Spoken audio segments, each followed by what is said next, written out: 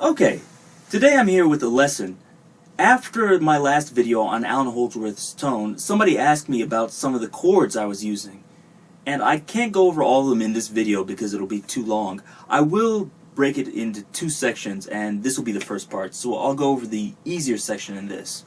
So one of the things I used was actually a spread-voiced chord. Spread-voiced chords are where you take the notes of the chord, or you take one note of a triad, and you move it up an octave.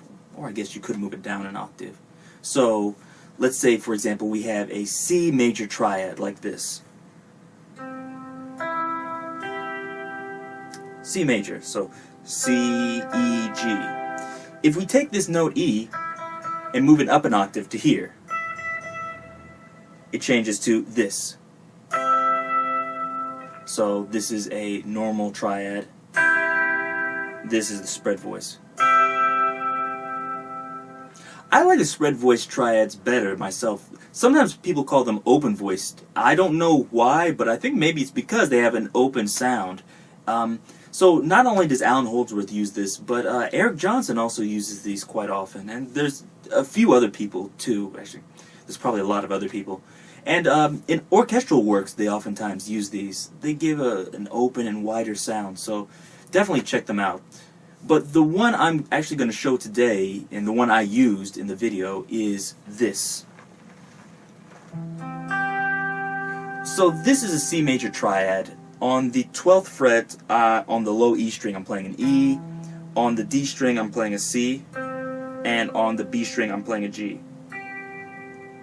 So it sounds really different from this. That's a C major, but that's also C major. It sounds more open and it has more of like a modern jazz or fusion flavor. So that's why I like using it. I'll show you the minor version. If you move your pinky down, or actually I use my third finger instead. If you move that down to E flat, you have C minor. If you keep that, but then you move your first finger down to F sharp, or I guess G flat in this case, you have G diminished, or sorry, C diminished, sorry, etc. And if you have the major voicing again, the C major, and you move your first finger up to G sharp, you have an augmented voicing.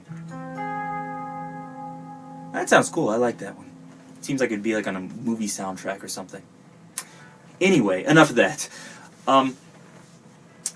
I got this from Alan Holdsworth. If you look into one of his songs called The Things You See, or sometimes The Things You See When You Haven't Got Your Gun, the beginning of this song uses a bunch of these triads. So I'll play a little bit.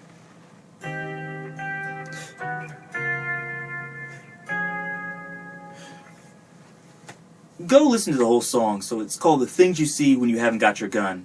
Check it out. It's a really cool song. I like that. But it uses lots of these triads. And I know you're probably thinking, oh, that's cool. They're just, major and minor triads. But what can I do with that?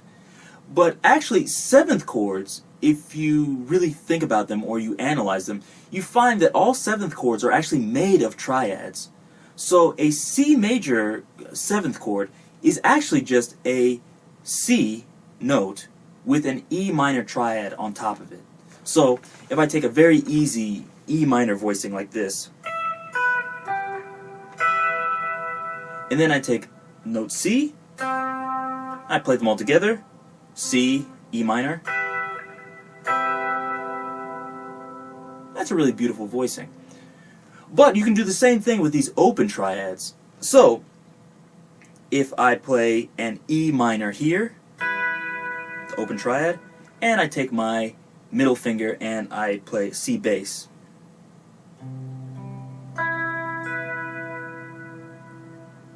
That's a really cool voicing. And you can do that with the other ones too. So instead of a C major 7, I can do a C minor 7 like this. So this is a little bit difficult to play.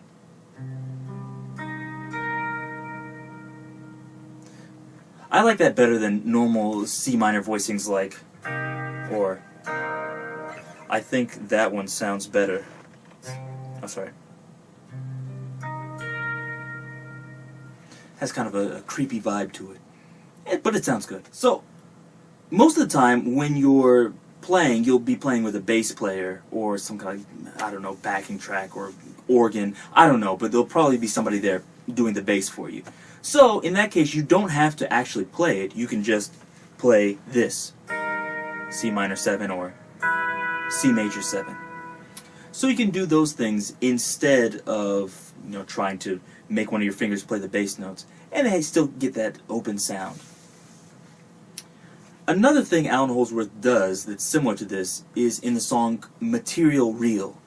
So this song, I'm going to transpose it to C so it'll be easier for demonstration purposes. He takes his third finger and puts it on the C, on the low E string. He takes his pinky finger and puts it on the B on the D string. And then he takes his first finger and puts it on the E on the B string. So this is, I would call it a major 7th chord without the 5th in it. From here, he takes his second finger, which isn't doing anything, and he moves it to A, and he lifts off his pinky finger. So here. And then he slides his first finger up to F, and then he takes his pinky finger and touches the, or holds down the E. Like that. So the whole thing sounds like this.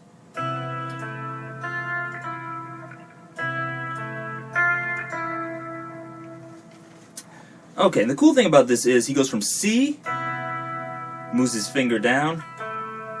This is actually, like I showed you before, a triad, so this is an A major triad. And then he slides these two fingers up. Now it's an F major 7. I'm sorry, I should take that back. This is actually an A minor triad. Sorry. So it's really cool voice leading, and so there's lots of things you can do with that if you figure out how to do it. So, for example, if you're playing jazz, normally, let's say a common jazz progression like D minor 7, G7, C major 7, F7. I can do the same thing with these triads.